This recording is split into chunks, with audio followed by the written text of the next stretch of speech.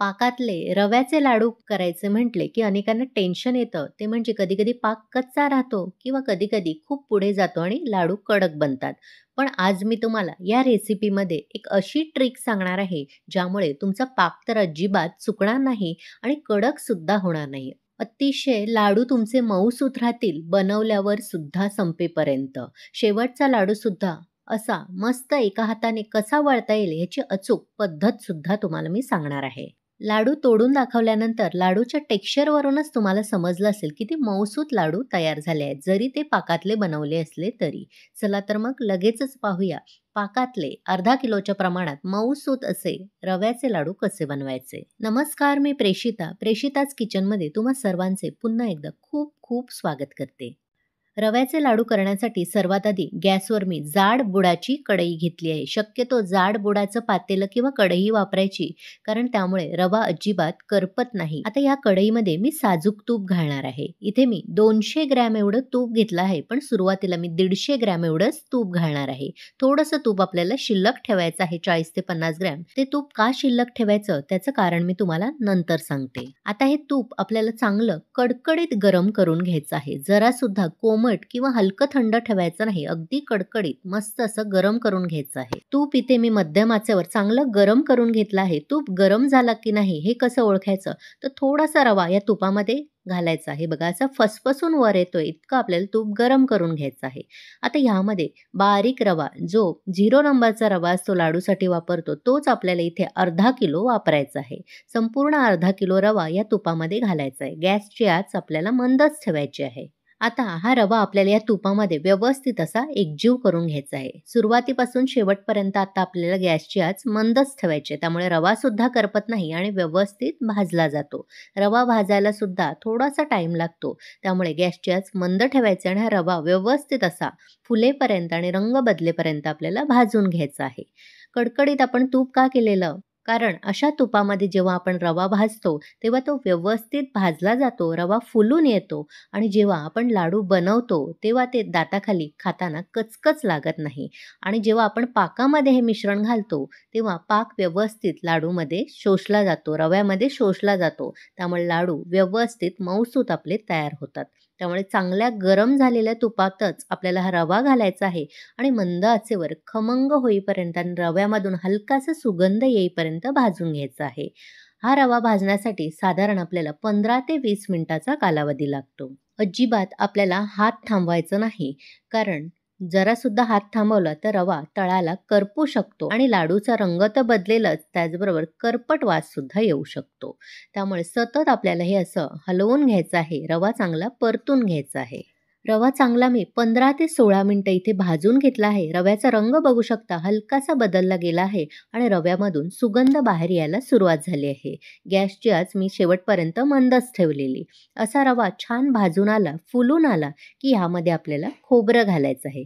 इथे मी ओलं खोबरं घेतलं आहे आणि वजनामध्ये म्हणाल तर हे मी 200 ग्रॅम एवढं ओलं किसलेलं खोबरं घेतलं आहे. तुम्ही ओल्या खोबऱ्याच्या ऐवजी डेसिकेटेड कोकोनट सुद्धा वापरू शकता. पण डेसिकेटेड कोकोनट घेणार असाल तर ते मात्र तुम्ही 150 ग्रॅम एवढंच घ्या. ओलं खोबरं थोडं आकसून कमी होतं, त्यामुळे थोडंसं जास्तीचं घ्यायचं आहे. आता गॅसची आच मंदच आहे आणि मंद आचेवर हे ओलं खोबरं या रव्यासोबत आपल्याला व्यवस्थित खमंग होईपर्यंत आणि खोबऱ्याचा सुद्धा सुगंध बाहेर येईपर्यंत भाजून घ्यायचं आहे. ओलं खोबरं असल्यामुळे 8 ते 10 मिनिटाचा कालावधी लागतो मंद आचेवर भाजण्यासाठी. जर तुम्ही सुकं खोबरं, डेसिकेटेड खोबरं वापरलं तर ते भाजण्यासाठी जास्त वेळ लागत नाही. 5 मिनिटामध्ये ते खोबरं भाजून होतं. पण इथे ओलं खोबरं मी वापरलं आहे, त्यामुळे थोडासा जास्तीचा वेळ लागेल. आता मंद आचेवर हे खोबरं सुद्धा या रव्यामध्ये व्यवस्थित एकजीव करून घ्यायचं आणि 8 ते 10 मिनिटं आपल्याला भाजून घ्यायचं आहे.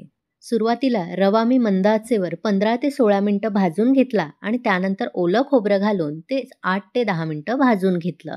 इथे बघू शकता खोबरं कसं मस्त भाजलं गेलं आहे, अगदी सुटसुटीत तयार झालं आहे. एवढं आपल्याला खोबरं चांगलं भाजून घ्यायचं आहे, जोपर्यंत त्यामधला ओलावा कमी होत नाही आणि खोबऱ्यामधून खमंग असा सुवास बाहेर पडत नाही, तोपर्यंत खोबरं आपल्याला भाजून घ्यायचं आहे. इथे बघू शकता व्यवस्थित सुटसुटीत खोबरं तयार झालं आहे.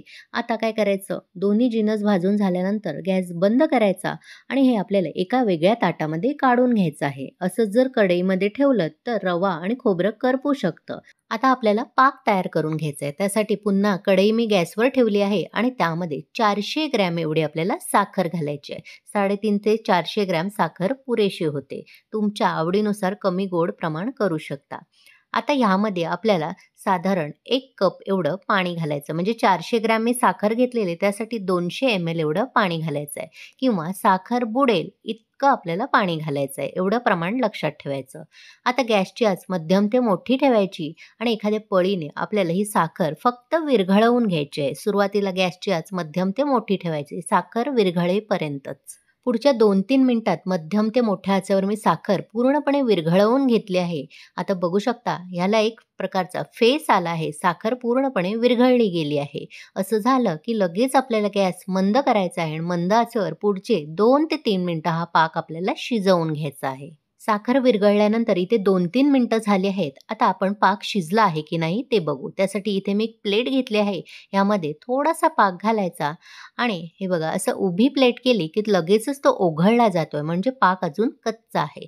त्यामुळे मंद आचेवर आणखीन 2 ते 3 मिनिटं हा पाक आपल्याला शिजवून घ्यायचा आहे. आणखीन 2-3 मिनिटं इथे मी पाक शिजवून घेतला आहे. आता आपण पुन्हा एकदा चेक करूया. पाक चेक करण्याची पहिली पद्धत म्हणजे असं उलटणं, वर पकडून धरायचं आणि शेवटचा थेंब पाकाचा पडेपर्यंत वाट बघायची. शेवटचा थेंब तुम्ही बघू शकता कशी त्याला तार सुटत आहे. आणि दुसरी पद्धत म्हणजे थोडासा पाक असा पुन्हा एकदा प्लेटमध्ये काढायचा, तो हलकासा थंड करून घ्यायचा. तोपर्यंत सतत आपल्याला पळीने हे मिक्स करत राहायचं आहे.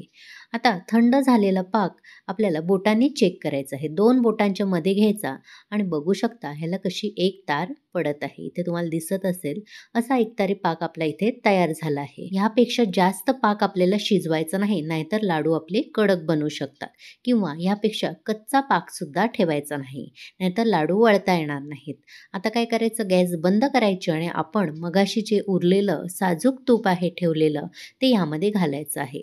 म्हणजे थोडा जरी जास्तीचा पाक तुमचा कडक झाला असेल तर गरम पाकामध्ये असं थंड तूप घातल्यामुळे पाक मोडला जातो. म्हणजे जास्तीचा पाक तयार होण्याची प्रक्रिया इथे थांबते. हीच आपली खास ट्रिक आहे ज्यामुळे आपले लाडू अतिशय मऊसूत होतात अगदी संपेपर्यंत आणि पाकसुद्धा कडक तयार होत नाही. आता हे साजूक तूप आपल्याला व्यवस्थित या पाकामध्ये एकजीव करून घ्यायचं आहे. आता ह्यामध्येच आपल्याला 1 चमचा भरून चवीनुसार वेलची पावडर घालायची. अशी वेलची पावडर घातल्यामुळे सगळ्या पाकामध्ये व्यवस्थित ती मिक्स होते आणि लाडूला छान चव येते. आता लगेचच या गरम पाकामध्ये आपण जो भाजून रवा आणि नारळ ठेवलेला तो संपूर्ण घालायचा आहे आणि व्यवस्थित आपल्याला एकजीव करून घ्यायचं आहे. सुरुवातीला हे मिश्रण फार तुम्हाला पातळ वाटेल, पण काळजी करायचं कारण नाही. जसजसं हे थंड होत जाईल तसं ते घट्ट व्हायला सुरुवात होईल. संपूर्ण लाडूचं मिश्रण ह्यामध्ये एकजीव करून झालं की आता यावर झाकण ठेवायचं आणि ही कढई आपल्याला गॅसवरून उतरवून ओट्यावर ठेवायची आहे. गॅसवर तशीच ठेवली तर गॅस गरम असतो, त्याच्या उष्णतेमुळे आणखीन लाडू कडक होण्याची शक्यता असते. त्यामुळे झाकण लावून असंच 5 ते 10 मिनिटं ठेवायचं. 5-10 मिनिटानंतर झाकण उघडून बघूया आणि हे मिश्रण आपल्याला उलटण्याने व्यवस्थित असं वर खाली करून घ्यायचं आहे आणि पुन्हा झाकून ठेवायचं आहे. पुन्हा 5-10 मिनिटांनी आपल्याला चेक करायचं आहे आणि पुन्हा मिश्रण वर खाली करायचं. असं मध्ये मध्ये आपल्याला करत राहायचं आहे जोपर्यंत हे मिश्रण कोरडं बनत नाही. आता इथे साधारण 1.5 ते 2 तास झाले आहेत. मी मध्ये मध्ये मिश्रण असं वर खाली करत होते आणि आता तुम्ही बघू शकता व्यवस्थित पाक यामध्ये मुरला गेला आहे. अजिबात ओलसर किंवा चिकट मिश्रण झालं नाही. मी सांगितलेल्या पद्धतीने तुम्ही जर पाक तयार केलात आणि प्रमाण अचूक ठेवलं तर तुमचे सुद्धा लाडू अगदी मऊसूत तयार होतील. आता लगेचच आपण ह्याचे लाडू बनवून घेऊया. लाडू बनवण्यासाठी एखादा साधा चमचा किंवा खोलगट चमचा घ्यायचा, त्यामध्ये लाडूचं मिश्रण भरायचं, वरून एखादा बेदाणा लावायचा आणि लगेचच लाडू वळून घ्यायचं. बघू शकता एका हाताने सुद्धा व्यवस्थित लाडू वळता येतोय आणि असं गोल गोल फिरवून घ्यायचं म्हणजे खूप छान चमक लाडूला येते. तुम्हाला माझी ही आजची पाकातले लाडू बनवण्याची पद्धत कशी वाटली? आवडली असेल तर एक लाईक करा. जास्तीत जास्त लोकांना शेअर करा. प्रेषिताच किचनला सबस्क्राईब करायला विसरू नका. सोबत असलेल्या नोटिफिकेशनचं ऑलचं बटन दाबा जेणेकरून माझ्या अशाच सर्व रेसिपी तुम्हाला लगेचच पाहता येतील. सर्व लाडू मी अगदी सहज एका हाताने भराभर करून घेतले आहेत आणि शेवटचा लाडू तुम्हाला करून दाखवते. कुठेही आपलं मिश्रण कोरडं झालेलं नाही किंवा कडक झालेलं नाही. आणखी एक ट्रिक तुम्हाला सांगते. जर लाडूला बेदाणे व्यवस्थित चिकटत नसतील किंवा लाडूला चिकटलेले बेदाणे कधी-कधी निखळून पडतात, तर तसे होऊ नये यासाठी काय करायचं, बेदाणे थोडेसे असे बोटाने चोळून घ्यायचे आणि त्यानंतर लाडूला लावायचे. म्हणजे ते लाडूच्या आतमध्ये व्यवस्थित चिकटले जातात. इथे बघू शकता शेवटचा लाडूसुद्धा मी सहज एका हाताने वळून घेतला आहे. अशाच पद्धतीने सर्व लाडू इथे मी बनवून घेतले आहेत. बघू शकता लाडूचं टेक्स्चर आणि चमक किती सुंदर आली आहे. अगदी मऊसूत तोंडात टाकताच विरघळणारे हे लाडू तयार होतात. ह्यातला एक लाडू मी तुम्हाला तोडून सुद्धा दाखवते. बघू शकता करून झाले, पूर्णपणे थंड झाले आणि दुसऱ्या दिवशी हे तुम्हाला मी लाडू दाखवते. अतिशय मऊसूत लाडू आणि तितकेच दाणेदार तयार होतात. खुसखुशीत तोंडात टाकताच विरघळणारे. मी सांगितलेल्या पद्धतीने यंदाच्या दिवाळीत हे न चुकणारे पाकातले लाडू तुम्ही करून बघा आणि कसे झाले ते कमेंट करून मला नक्की कळवा. चला तर मग पुन्हा भेटू अशाच मस्त, स्वादिष्ट, भरपूर टिप्स, अचूक प्रमाण आणि एखाद्या नवीन फराळाच्या रेसिपीसह. धन्यवाद.